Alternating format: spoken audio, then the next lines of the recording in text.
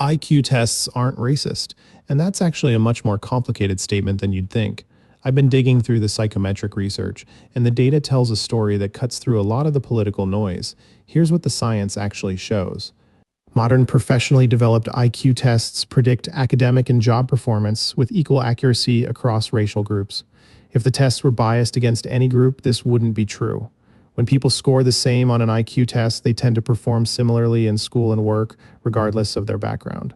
That's pretty strong evidence the tests themselves aren't the problem. But here's where it gets interesting.